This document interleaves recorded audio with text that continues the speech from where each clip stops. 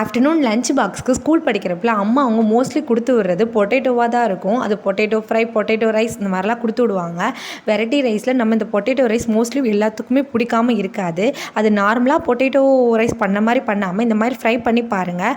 அதுக்கு first பொட்டேட்டோவை cut பண்ணி அதில் 1 spoon chilli powder, 1 spoon Kashmir chilli powder, 1 spoon garam masala, 1 spoon cornflour powder, கொஞ்சம் கடலை மாவு இதெல்லாம் போட்டு நல்லா மிக்ஸ் பண்ணிக்கோங்க.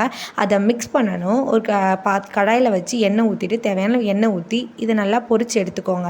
அந்த பொரித்து எடுத்ததை ஸ்நாக்ஸாகவும் நம்ம சாப்பிட்லாம்.